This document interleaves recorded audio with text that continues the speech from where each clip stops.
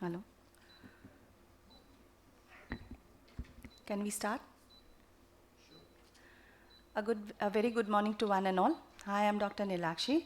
I'm a cornea consultant from Netramangal Eye Institute, and I'm the chief instructor of this instruction course, establishing a daycare eye care center in an underprivileged area. So in this instruction course, we will be focusing or discussing about the various aspects which are involved in setting up a hospital or a clinic in a place, particularly when the place is an underprivileged area. Private practice is something which most of the ophthalmologists will end up doing by default, and therefore it is a great idea for the young ophthalmologists and the trainees to have an idea about it at a very young stage, so that they are well prepared when they come to the main practice. So daycare services are a norm in the present time all throughout the country to provide quality yet affordable services, but setting up such a care service is not easy, and they are full of challenges. Some of them are due to increased corporatization of the eye care services, increase in the establishment cost, increase in the equipment cost, manpower training, and other hurdles. So to begin with, I would like to first introduce my co-instructors, Dr. Nilakshi Barua. He is here, but Dr. Jayanta Das Kumar Das is now attending a session, so he'll be joining us later. One of our chief co-instructors will not be able to join us today due to some personal reasons. So let us first begin the session. May I now request Dr. Nilakshi Barua to first speak on the first topic, Introduction of Way to Go. Dr. Nilakshi Barua is an excellent cataract surgeon and a retina consultant from Netramangal Eye Institute. He is also, he has completed his MS from Assam Medical College, and thereafter he has undergone a training in retina from Shankar Netralaya, Chennai, and Moorfields Eye Hospital. He has also published a number of papers and articles in several national and international conferences like AAO, URetina, ESCRS, and AIOC. He has also a number of publications and articles. All over to Dr. Barua, please.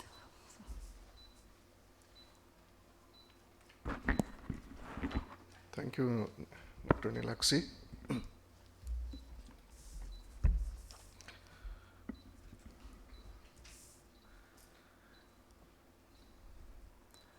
We have a very thin attendance, so however, we should not despair, because when we start a project, it will always have a thin attendance. We do not expect a new project to start with a bang always. So especially when we start in a underprivileged area, that is suburban areas, or maybe in rural areas or sub-rural areas.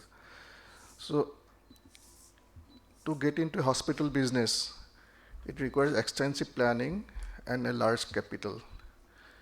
So it's a very ambitious thinking, and if you plan to have a hospital, so you have to discuss, you have to have a professional personnel and substantial amount of capital. So we can take it that if you have planned to open the hospital, you are a rich man or woman.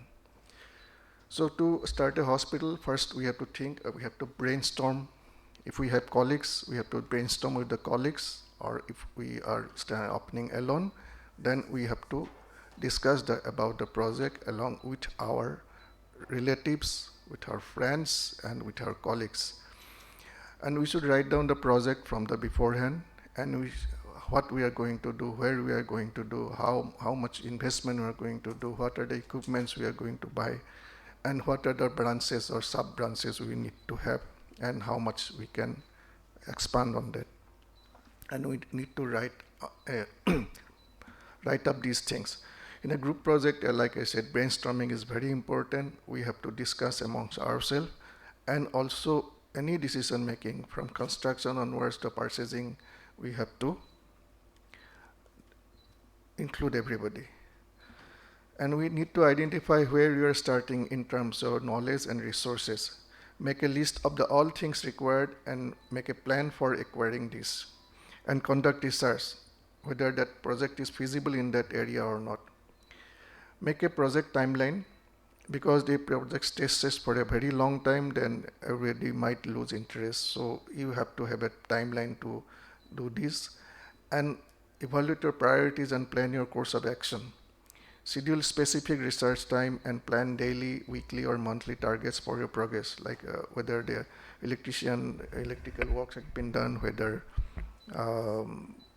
instruments have been set accordingly, whether walls has been painted. Everything has to be scheduled, and it can be tracked with a free iPhone app also, or also other apps are available for tracking your time.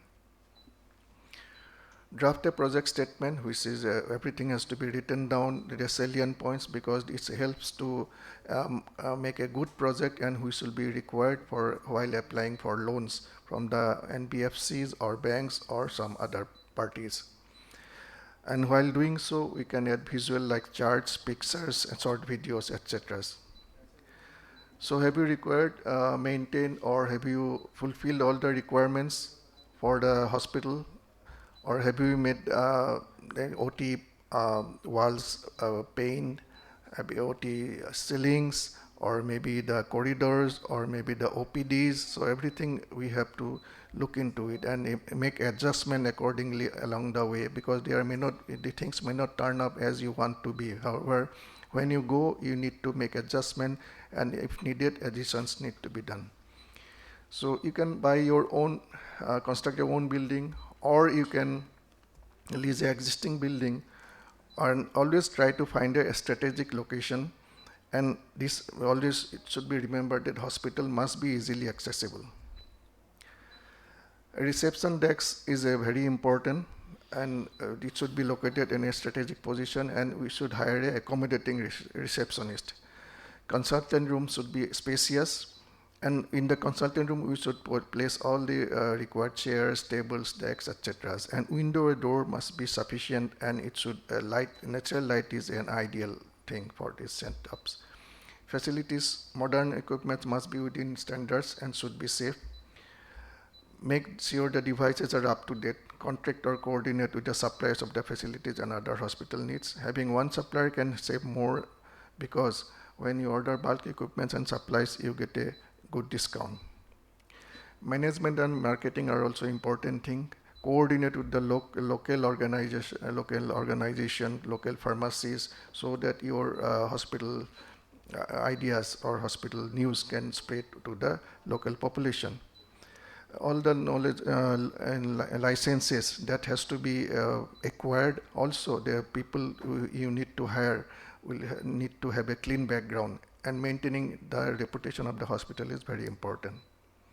We can also use while advertising smartphone-based apps like Practo, Made India, etc. And also registering in these apps, we can manage our practice, and we can get feedback from the patients. To conclude, starting a small hospital may require a certain amount of investment, but if you are really passionate, then you have to, if there is a great demand, you should go invest in the project. And need to have a well-constructed business plan that will guide you through all the needs of the business. An action plan is needed in all the steps in order to smoothly start, also to run a business, which is very important. Running a business is more important than setting up a business. Thank you. Thank you, Dr. Barua. There'll be some changes in the sequence of the topics, as Dr. Jayantakumar Das is already moderating a session. So we will move forward to the next topic, that will be tips on funding and projects and the other alternatives.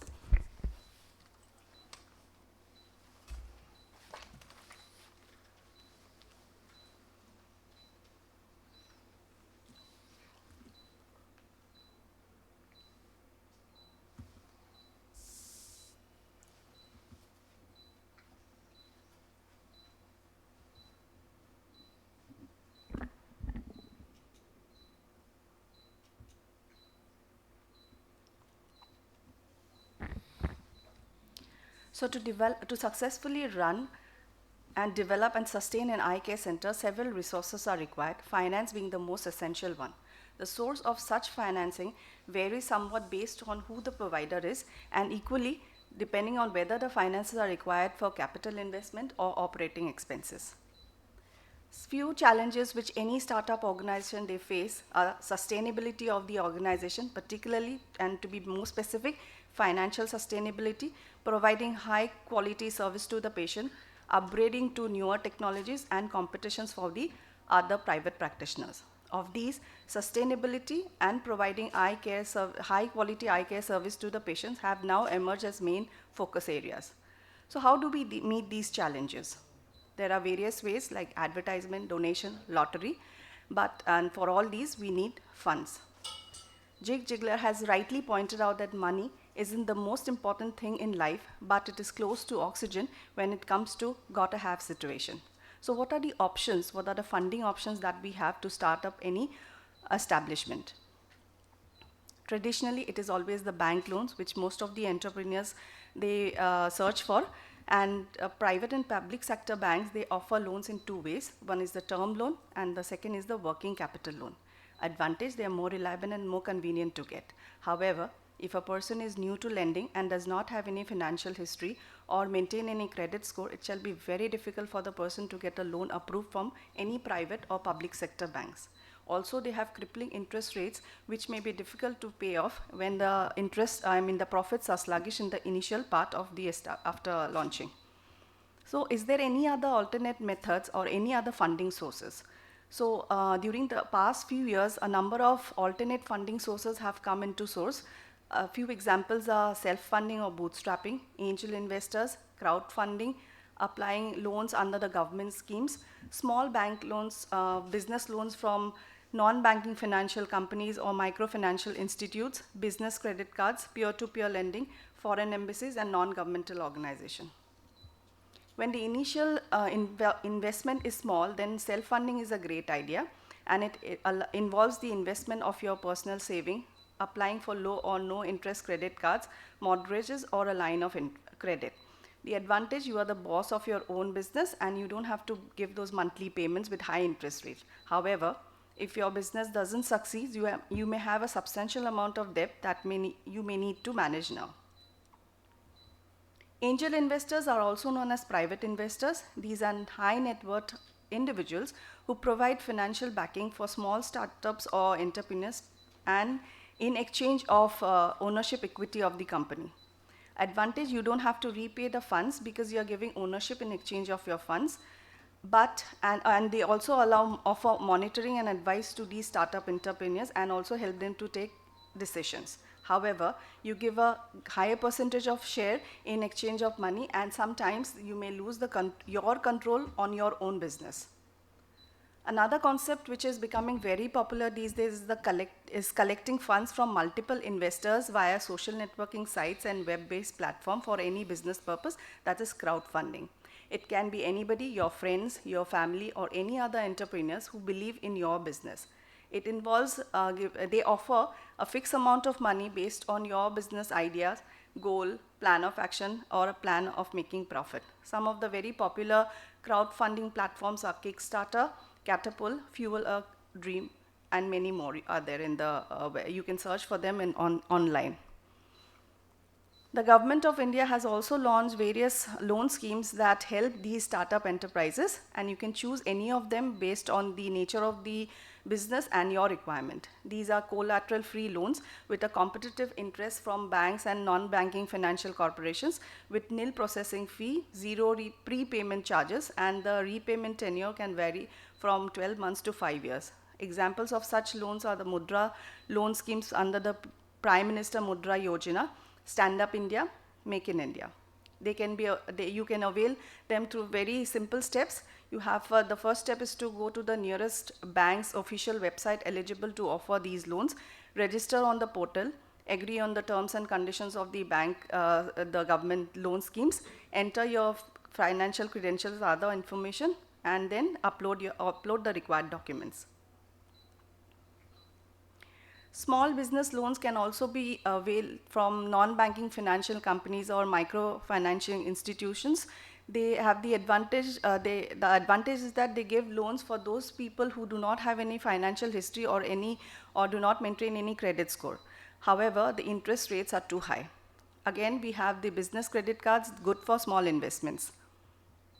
A type of lending in which there is no intermediaries is known as the peer-to-peer lending. This type of lending is between just the lender and the borrower. The lender lends money as a part of the investment and the borrower takes it to invest in their startup. But the process is regulated by the Reserve Bank of India for the betterment of both the lenders and the borrowers. Easy to get approved, and you don't have to give equity share of the company to the lender. But the disadvantage is very high interest rates. There are some foreign embassies also who supports funding. They do not have any fixed policies or program. You can search about them online or you can write to them. They are good source for capital grants and they give good credibility to your organization and have a very good capacity of organization.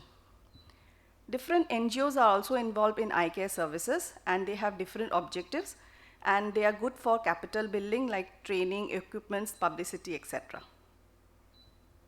What is the advantage of such funding sources? The advantage is that it gives a sustainability to the organization, it helps you to expand your services, it helps you to meet both the capital and the recurring funds, upgrade to newer technology, and it's a boost, it's a brand building exercise to your practice. So to conclude, funding is required to take advantage of the existing and the upcoming market opportunities. Even if you initially go for bootstrapping, outside funding is required to sustain in the long run. Thank you very much. So we will move to the next topic, which is about OT designing and OPD and OT designing. May I now request Dr. Bora to please come and speak about it.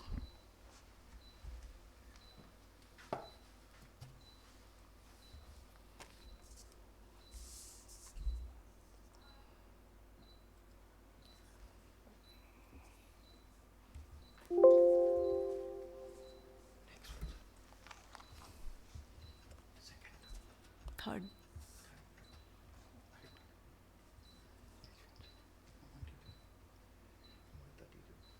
Sequence.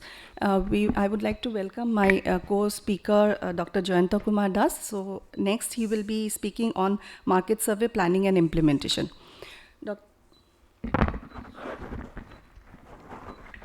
Okay, I'm sorry, Dr. Jayanta is running another instruction course, so I hand over the mic to Jayanta. Dr. Jayanta Kumar Das is an eminent ophthalmologist and presently he is working as a senior consultant in HOD Oculoplasty in Retina Care Center. Besides being the alumni of Shankar Nethralaya, Chennai and Gangaram Hospital, he is also trained in Moorfields Eye Hospital. He also has been the HOD in neuro-ophthalmology and has worked as a senior consultant in oculoplasty in Sri Shankar Deva Nethralaya.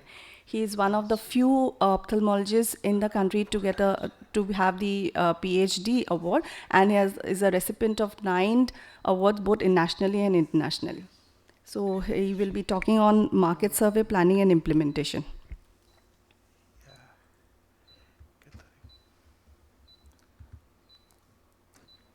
So very important part is our market survey and planning.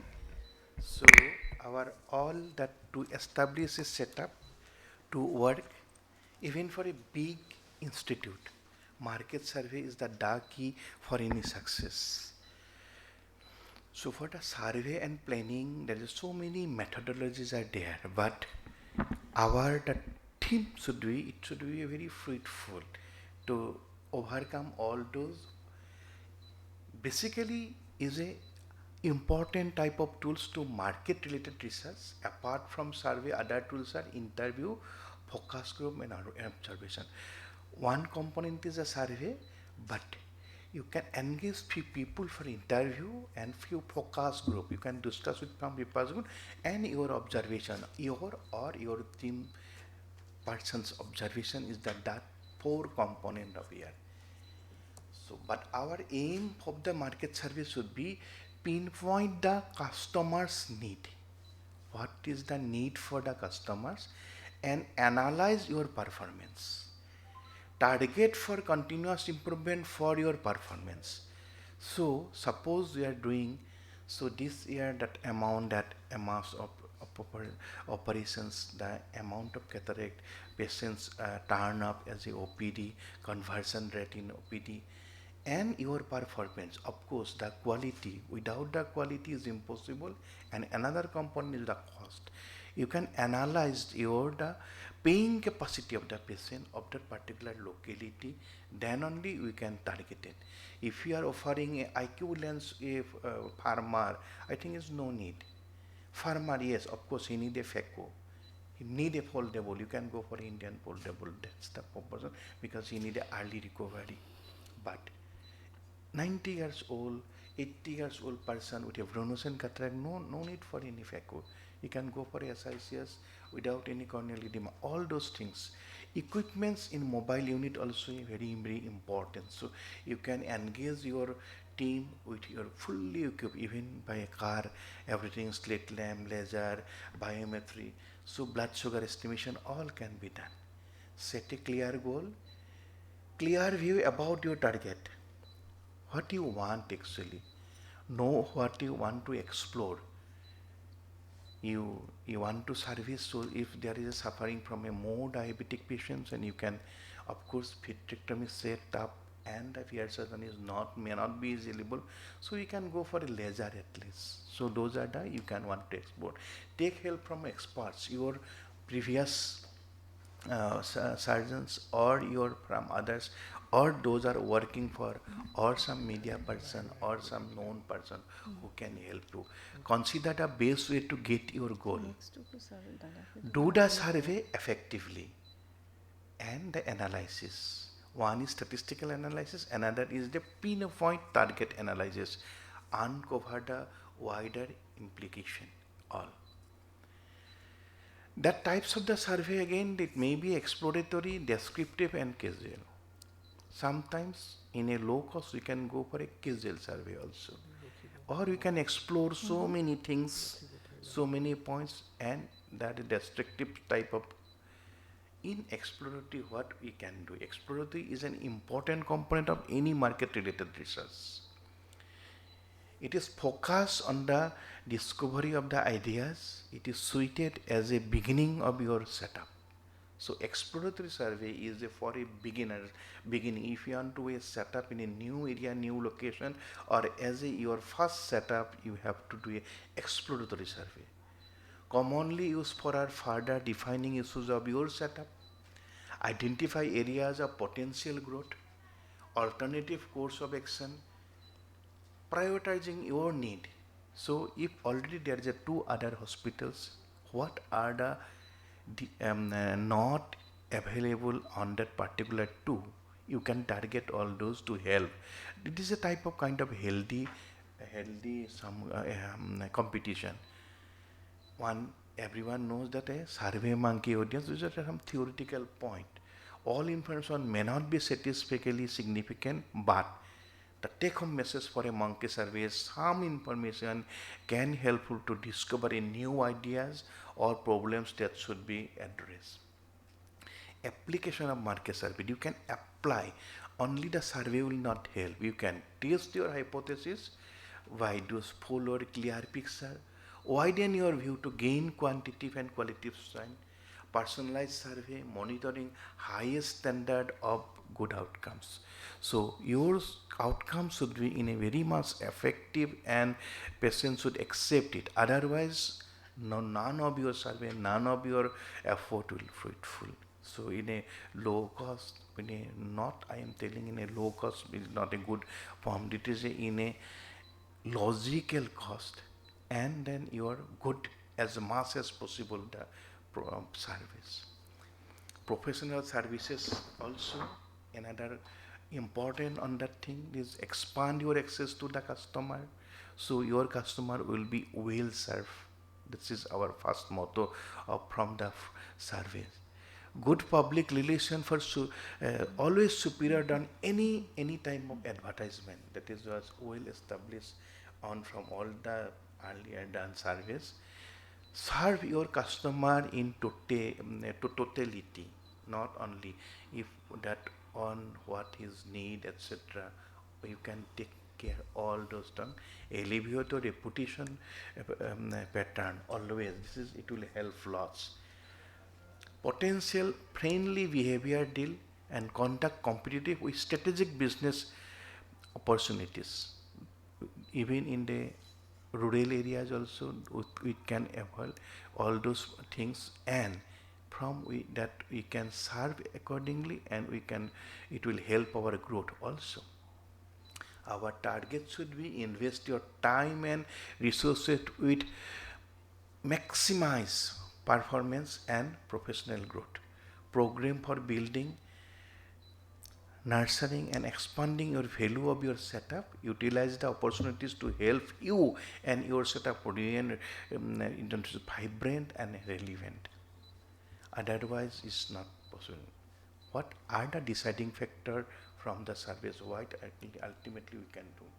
Look carefully the seniors and previous data, how they proceed or navigate their paths.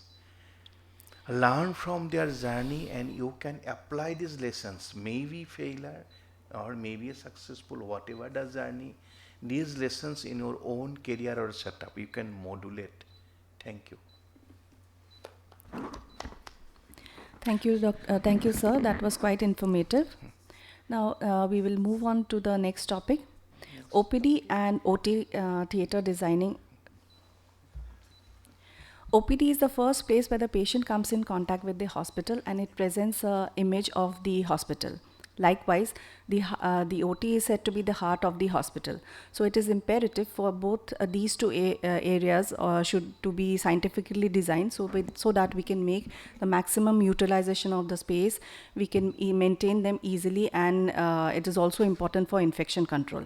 So I would like Dr. Nilakshi Barua to please speak on OPD and operation theater complex designs.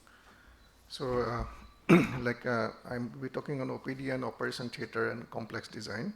So, at the outset, I'd like you to remember that we are discussing a hospital in an underprivileged area.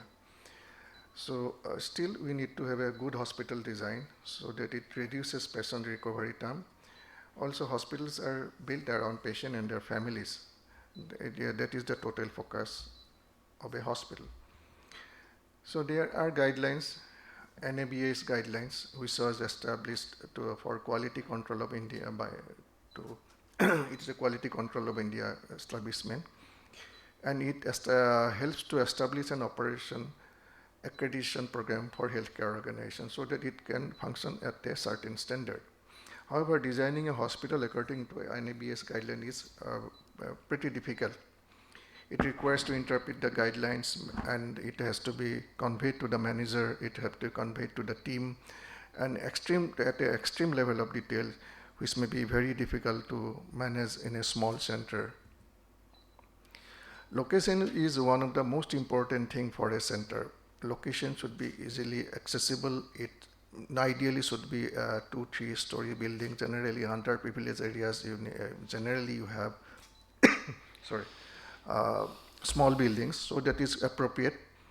Space can be 2,000 square feet, it can be 15,000 square feet, but generally an hospital in underprivileged areas borders around 5,000 to 6,000 square feet. So in that area, we have to play, and space has to be utilized in a maximum way. Ventilation is an important factor, and first we have to, while designing the hospital, we have to think about the OT, because that is the heart of the hospital, and these OTs can be customized, so it need not be a particular of a size which is recommended by NABS, so we'll discuss later. So, but however, you have to keep in mind that we might be having 2 OTs or 1 OT now, which we may have to extend up to a third OT in the course of time. So we have to have some space for expansion. There are many kinds of designs, and which can be had from an architect, or which can be modified from a internet design, or we can follow some of the NABS guidelines also. So it takes a longer time, and however, we have to remember that the OT should be in a part where there is less movement of the personnels. There are different zones described in the OT complex. There are basically 4 designs. So it should facilitate location and full flow of the patient, staff, also the materials, also the disposables should be easily disposed. And there are four designs, four zones which are described based on varying degree of cleanliness, the bacteriological count, which progressively diminishes from the outer to the inner zones and is maintained by differential positive pressure ventilation gradient from the inner zone to the outer zone, so that the microorganisms, if present, can be taken away from the OT to the peripheral zones. Protective zone includes change rooms for medical and paramedical staff, transfer bay for patients, material and equipment, rooms for administrative staff, stores and records, which is very important, pre and post-operative rooms or recovery rooms, because we don't need to keep patient in the hospital, only daycare centers we're talking about. So still for recovery for 2-3 hours, we have to have a couple of beds or maybe 4 or 5 beds for early recovery of this patient, especially the elderly, and sterile stores. Clean zone connects the protective zone to aseptic zone and has stores and cleaning room, equipment storeroom, maintenance workshop, or emergency exits in case of any emergency or fire or earthquake or whatever. Aseptic zone includes operation room, which is the heart of the hospital, and disposal zone, where there is disposal areas from the OTs, and which there should be ideally corridor which leads to disposal zone. An operation room ideal size, like I told you, 21 feet by 21 feet, but height should be approximately 10 feet. However, it can be slightly lesser of a lesser size, but it should accommodate all the instruments, and it should facilitate the movement, easy movement of the person, 4 or 5 persons in the OT at a time. Main door has to be wide enough, approximately 4.5 to 5 feet, and it should be of a sliding door if possible, because there is no air disturbance. Surface and flooring should be slip resistant. It should be strong. If something falls down, a gas cylinder falls down, it should not break. Impervious with minimum joints, and jointless tiles are easy to clean. Walls maybe of tiles, or maybe we can use usually special plastic enamel paints, which are relatively cheaper and which are seamless, and it also allows for chemical cleaning when required. And color should be soothing to the eye. And ceiling can be made with the plasterboard or special metal, and it should be airtight, and it also needs to be cleaned with chemicals, so it should be cleanable. Operation table in part theater should be 1 ideally. And electric points, we have to remember that it has to be approximately 4 to 5 feet height from the floor, and there has to be a scrub area for at least 2 to 3 persons in each OT. And proper drainage system is very essential. Otherwise, it will be difficult to clean the OT, because every week or every other operation with an infected case, so it will be difficult if you do not have a proper drainage system. Safety is essential, and fire extinguishers have to be planned in appropriate zone. Ventilation direction of airflow should be from the OT towards the main entrance, and efficient ventilation can be had, or we need to may have HEPA filter also. However, this is not always necessary. Even AIOS guideline also says the HEPA filter is not always necessary for small hospitals. And AC system can be recirculating system can be expensive, and it exchanges airs and takes out the polluted air from the OT. And circulating system, which is more available in the OTs, small hospitals, so it recirculates the air, but doesn't take out the polluted air from the OT to outside. Electrical equipments we should choose which are of best quality, because they are fire hazards. We shouldn't use, we need to have enough plugs. We shouldn't use multi-plugs, because sometimes there may be spark and there may be emergencies inside the OT. And load circulation has to be calculated with if we have an electrical engineer, it is fine, otherwise we need to discuss with the electrician. And emergency power backup should be always there in form of inverter, the UPS, or a generator is very necessary in underprivileged areas because their power supply is very erratic. Operating microscope should be backed up by a battery backup in case of power failure during surgery. Suggested time can be 1 to 2 hours, which is sufficient enough to even finish off most of the retinal operation as well. Lighting should be generally nowadays LED lights are used, which are although slightly expensive, but they are easy to maintain and they last for a very long time. And there should be sufficient light, but the light should not be that much that it should blind your eyes. So I mean, it shouldn't hurt your eyes rather. So it should be, so there should be sufficient light in the OT. And OT should also should be in such a way, the instruments should be kept in such a way, especially in tables with wheels, so that it can be easily cleaned weekly or every day, whatever way you want to do it. And also we need to have ventilators and multi-para monitors in case of emergency. Sterilization protocols should be strict, and biomedical waste should be disposed. Nowadays, in small municipalities, there is pollution control board collects the waste, so it is easy to, if we sign an agreement with them. And look after the administration as well. Communication has to be there from the OT to the outside, to the reception, to the anesthesiologist. Cameras and monitor if we are going to record, because nowadays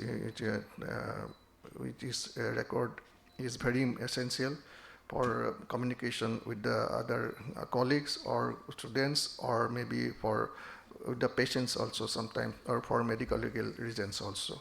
We can have cameras installed in the microscope. Data management is very essential. Whatever we do in the OT, whatever you use, that has to be recorded, and if possible, it has to be recorded in a computer. And software can be had from the professional sailors. However, that is very expensive, so we can adapt and make software for OT management or as well as hospital management from a local provider. Outpatient department should be aesthetic. It should be open. Ideally, there should be light from outside, and we can put some artworks or sound or music to soothe the nerves. A better waiting area relaxes the patient, and the patient, if he or she has to wait for a couple of hours, they generally doesn't disturb you. A pleasant clinical environment also helps you to work efficiently.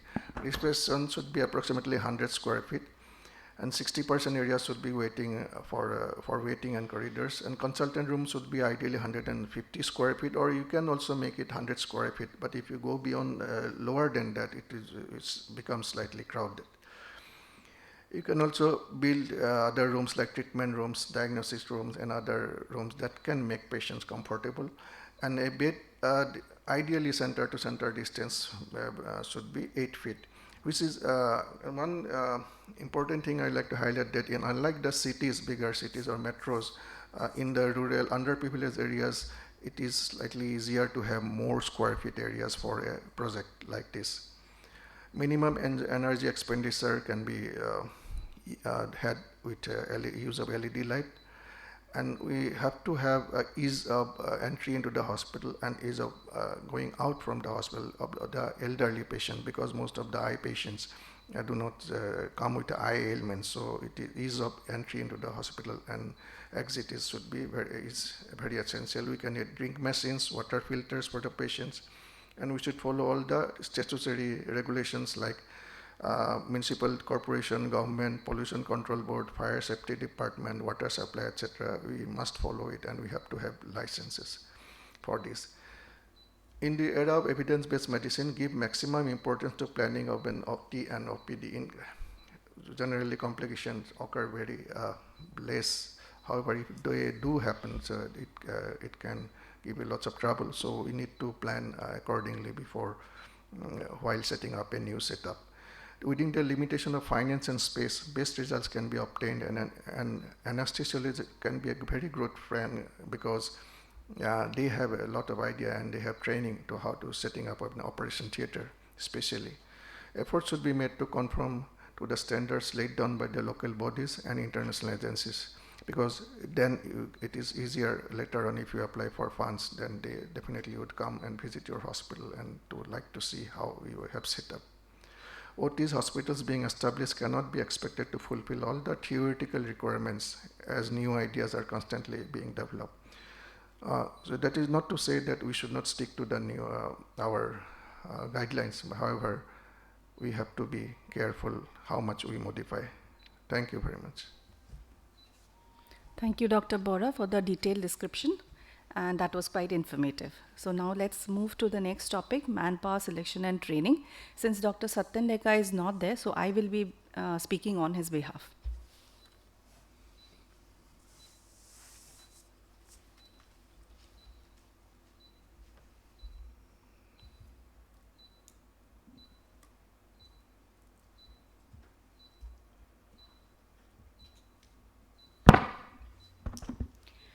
Manpower is a backbone for any organization and is one of the most crucial factors in making a high quality eye care service available, affordable and accessible to all.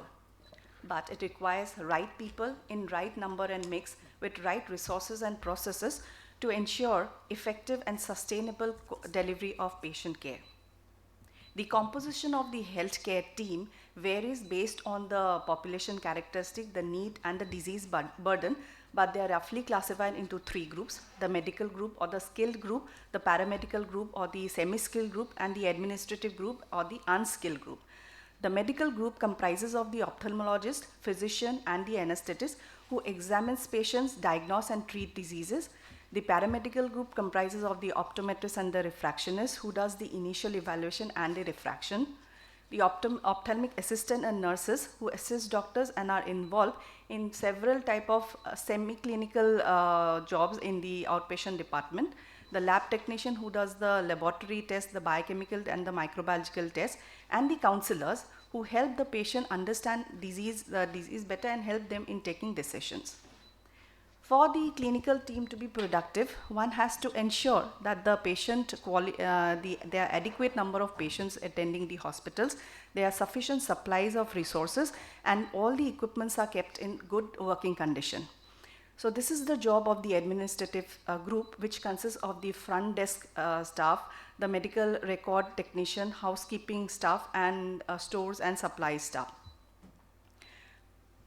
The need for this manpower planning is to identify if there is any shortage or if there is any surplus of manpower, because that directly has an effect on the labor cost, and we can cut down this cost by avoiding overstuffing.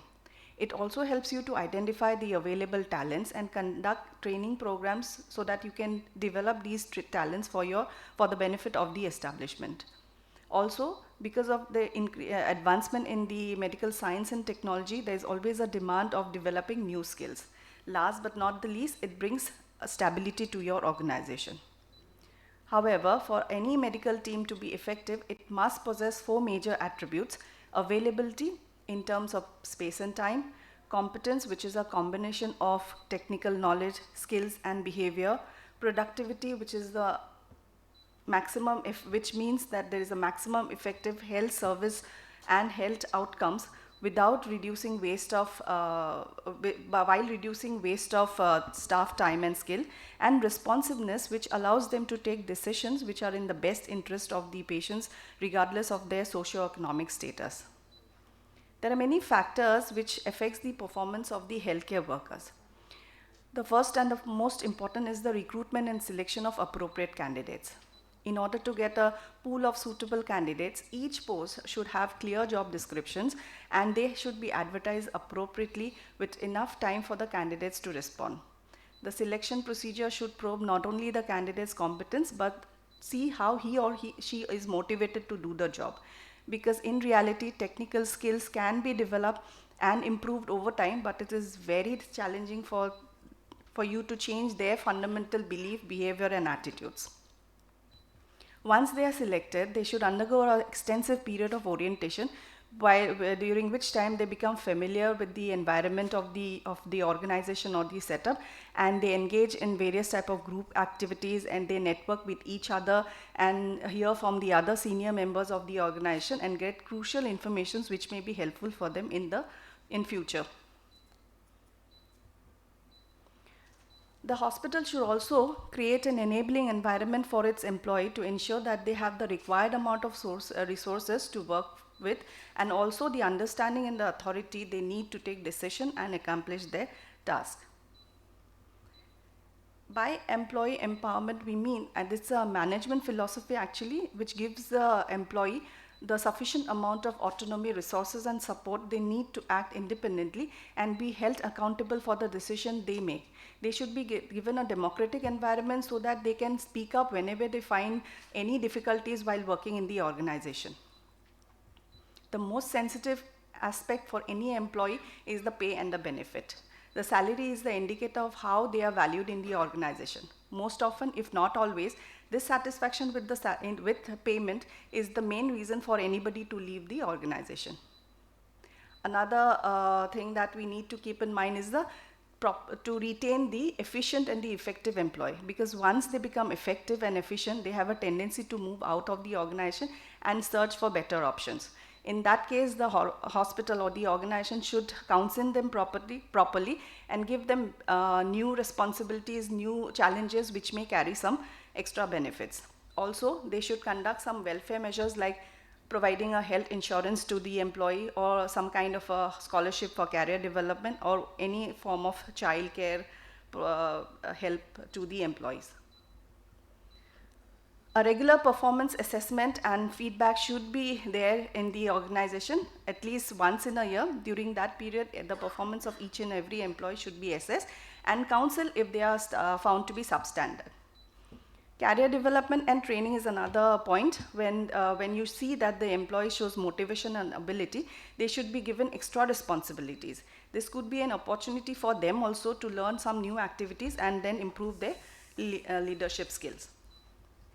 So to conclude or summarize, the performance of a hospital is the reflection of the quality of people who work there. It is therefore essential to recruit and retain employees with the right attitude, competence and potential. Thank you so much for the patient hearing. So we would, since Dr. Jayanta Kumar Das is already running a session in the other hall, I would continue with the next topic, which is about government schemes and empanelment in private hospitals.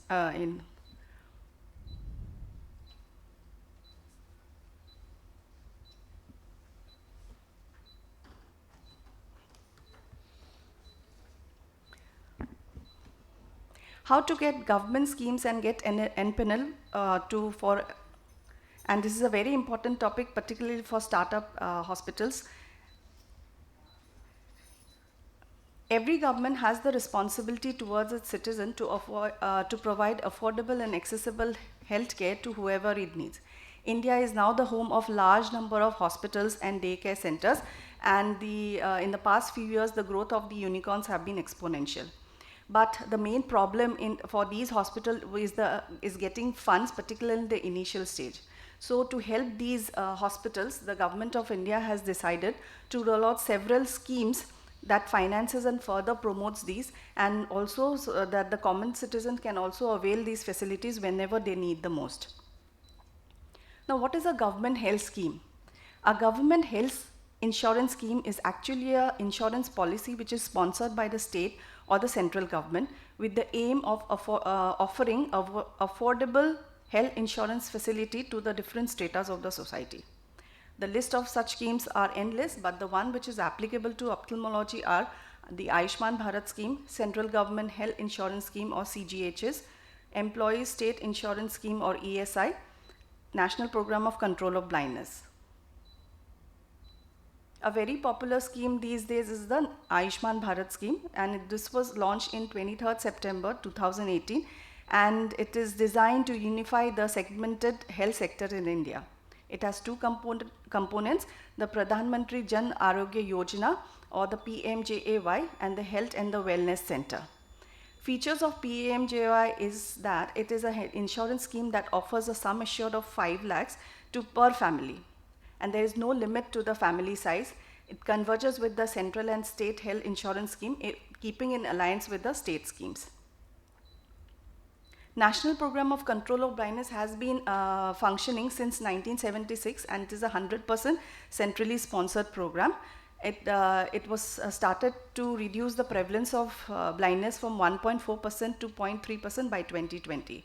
However, in 1994 and 95, it got decentralized with the formation of District Blindness Control Society in each district. The central government health scheme was started under the Ministry of Health and Family Welfare in 1954. The objective of this scheme was to provide comprehensive medical care facility to central government employees, pensioners, and their dependents residing in CGHS covered cities. The beneficiaries under this scheme are allowed to undergo treatment by at any hospital, both government as well as private hospitals, which are empaneled under CGHS for any specific treatment procedures listed under their list. The ESI, or the Employment Stays Insurance Scheme, is actually a self-financing social security and health insurance scheme, and it's a social welfare act enacted with the view of providing certain benefits among the workers. The benefits include maternity benefit, sickness benefits, medical and dependent benefit, and disablement benefit. Knowing about these, now how are these government schemes beneficial for the patient? These government schemes, they are offered at a very low price, and so BPL families can also avail the insurance benefits, and they include treatment in both private and government hospitals. How are they beneficial to the hospital is the next question. For that, we have to understand the concept of empanelment. Empanelment is actually an act of assigning each patient to a primary care provider who, with support of the care team, assumes responsibility for coordinating comprehensive services for his or her panel of patients. They have multiple benefits to any medical practitioner practice, and they usually run through a provider network, which includes a third-party administrator, which is the connecting link between the insurance company and the patients, the insurance companies, the government agencies like CGHS, ESI, etc., and corporate tie-ups for health checkups. Of the different benefits that the hospital gets out of empanelment, is one of the biggest benefit is to increase the coverage of the patient base. Hospital usually gets more patients through the health insurance company's network, and they have a direct access to these patients through, and it also gives credibility to your practice, because the empanelment procedure, it comes through a process of verification, and the patients, they perceive it as a recognition, particularly for the government empanelment, and it's a brand building exercise for your practice. Coming to the procedure of empanelment, there are certain guidelines which are set by the Ministry of Health and Family Welfare or any other governing bodies. It starts with submitting a letter requesting them, providing all the details of the facilities that you have, and filling up the performa which is attached. This is followed by assessment, which is done by the government official or the board of members of the company. Once they are satisfied with all the facilities that you have in your hospital, they put the name of the hospital under the empanelment list. There are 4 categories of hospital empanelment: network hospital, non-network hospital, preferred network hospitals, and agreed network hospitals. Network hospitals are the one which has a direct tie-up with the insurance company, and they provide cashless facility. Non-network hospitals are those who do not, where the card of insurance policy will not work.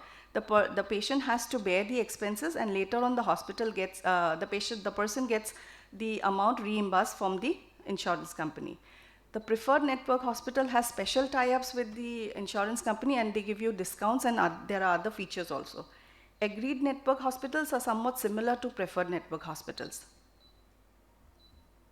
There are certain shortcomings also. The procedure itself is very long and tiring. It involves a lot of paperwork, is often delayed in the payment. It sometimes takes months and maybe close to a year for the hospital to get the amount reimbursed, and you always need a separate unit to manage with the official formalities and keep communicating with the agencies.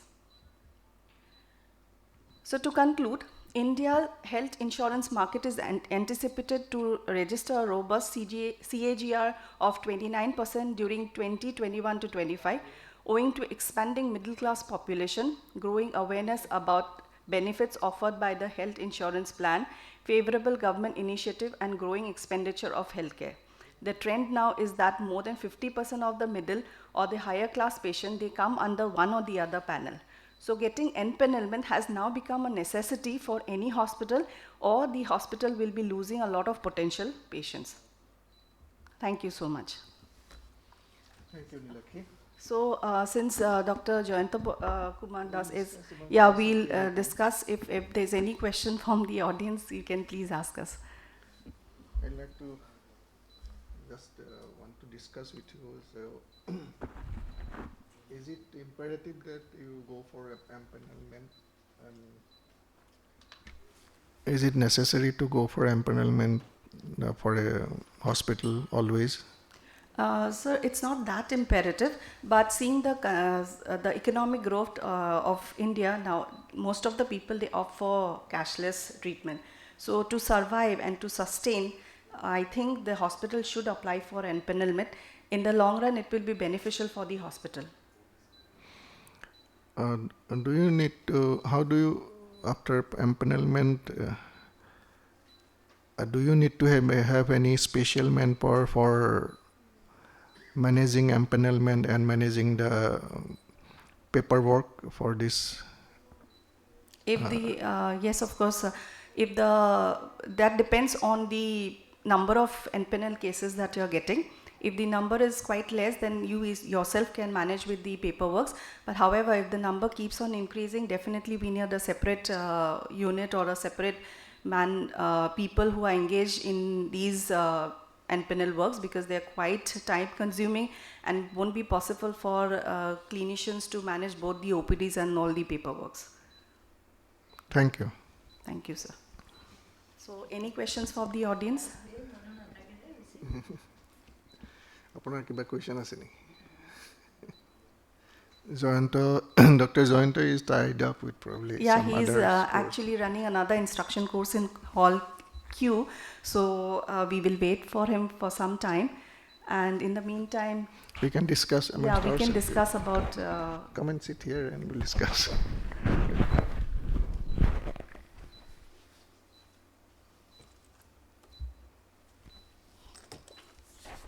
So it's an informal discussion. So being a young ophthalmologist, what is your take? I mean, what does your friends and you think about setting up a hospital? Why you didn't opt to work for a private setup or maybe government setup? Instead, you have planned to open a hospital for yourself.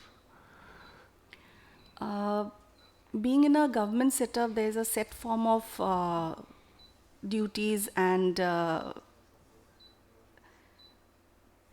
that we can perform, but when you become an entrepreneur yourself, you have all the opportunities to explore whatever you want in your practice. So if you have any kind of your new ideas coming up to you, you can definitely explore them and then build up your own practice. As I've already mentioned, that private practice is something which most of us opt to do, because it gives you the independence and the freedom of doing whatever you like, and also you can focus on your area of interest. So when I was starting this, we have started actually a daycare center in a suburban area in Assam. So while doing the project, I had come across a lot of difficulties, but that also gave me a lot of information, lot of opportunities to explore different aspects of not only in terms of your clinical thing, but also how to actually build up your practice. There are many things we usually don't look into when you are actually in a clinical practice, but in the long run, these factors also help to build up your practice. And confidence. Yes, of course, the confidence. Nirav, you've been with the government for all along. Have you ever thought about opening your own hospital?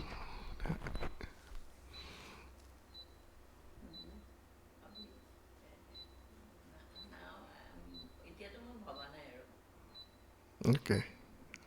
before. Okay.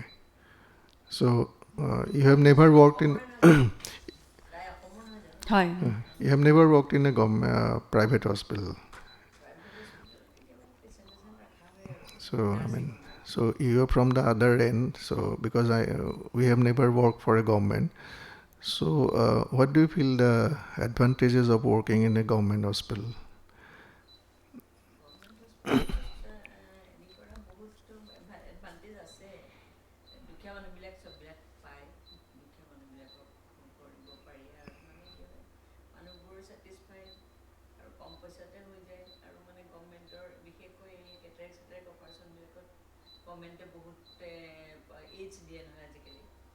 Okay.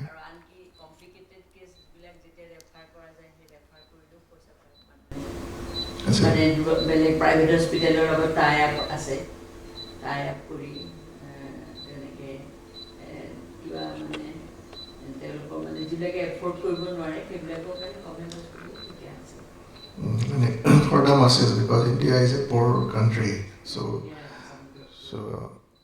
Assamot mane government hospital, even not on Assam, but other parts also, this is true. You get a satisfaction. Do you charge any amount in government hospital, any nominal amount? No. For I a person, we never. So somebody, কিছুমান মানুহে হেৰি কৰে যে মানে আমি বেলেগ lens লওঁ কিবা লওঁ এনেকৈ মানে ইম্পৰ্টেড লেন্স লওঁ তেতিয়া বেলেগ কথা আৰু লেন্সখন কিনিব। Otherwise everything is free, including registration. Okay. They don't charge, even medical colleges, do they charge any registration fees or something? Yeah, they have a minimum registration fees, maybe a very minimum one. Registration fees 10 rupees to Yes. all the hospital, all the government hospital, 5 rupees or 10 rupees. And also all the investigations are in the subsidized rate. So that gives a... Investigation also, this is free by CLL laboratory in our setup. So what another point I want to mention here is that most of the populations are rural-based population, they usually don't get the opportunity to come to big cities for getting better treatments or better facilities. So sometimes it becomes very important for us to reach them instead they come to reach us. So setting up that was one idea that we had in mind while setting up this center in an underprivileged area.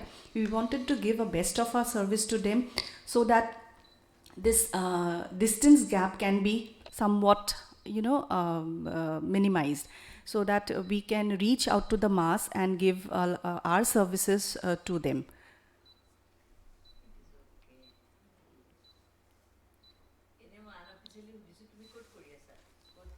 মই গুৱাহাটীতে কৰি আছোঁ।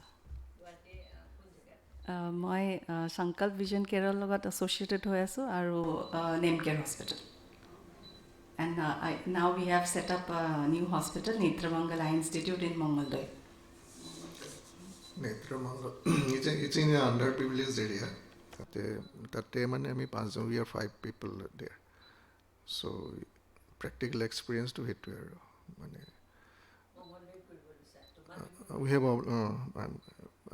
we have opened first May দিনা খুলিছোঁ।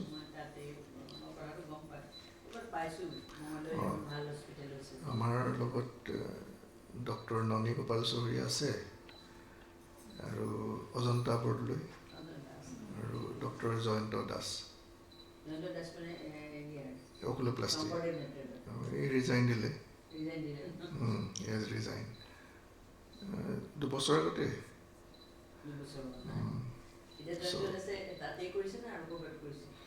No, he goes to different hospitals. বেলেগ হস্পিটেলত যায়। আমাৰ সংকল্প ভিজন কেয়াৰ বুলি এখন আছে, তালো আহে, মানে অকুলোপ্লাষ্টিক আছে। 2-3খন হস্পিটেলত হেৰি কৰে আৰু।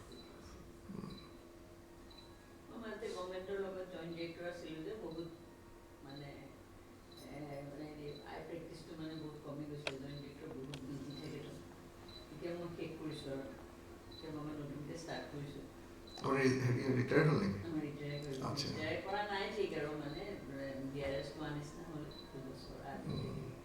গোলাঘাটতে আগৰ চেম্বাৰটোতে আপোনাৰ ঘৰৰ ওচৰতে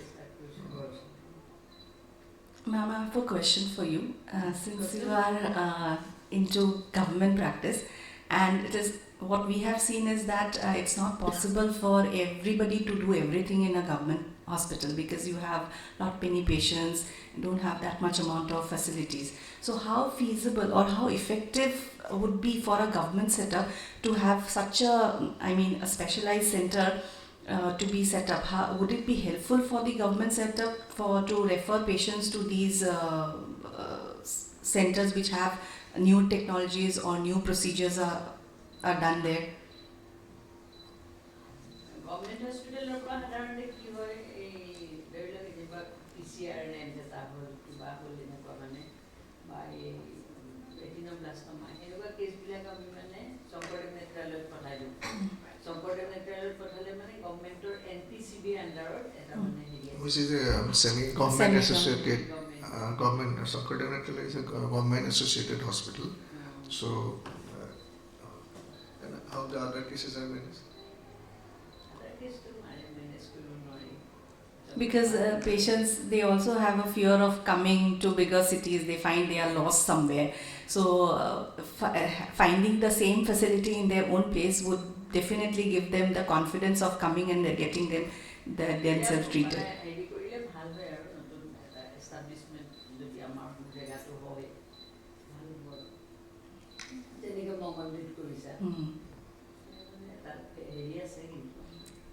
Manpower is a big problem. Yeah, manpower is a big- Getting manpower, really trained manpower, ophthalmic manpower, staff, is a big problem because there are shortage of staff. The governments are now appointing sisters and other optometrists from the vacant posts. So getting a trained manpower for a private system is difficult unless you. I mean, they do come, but retaining them is a very big problem.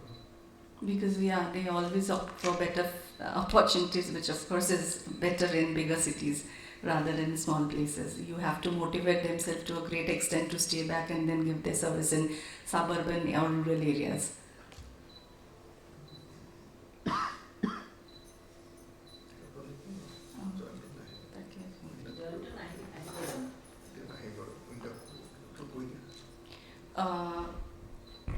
I think we are over time, and unfortunately, We do have time. Then the other speaker is tied up, so there's no more discussions. so my Dr. Jayanta Kumar, since he's busy in the other session, we would wind up our instruction course if the audience doesn't have any other questions for us. So thank you very much for attending the instruction course. We would like to take any other queries, sir? Okay, thank you very much for being with us here. Thank you. Thank you, Nilakshi.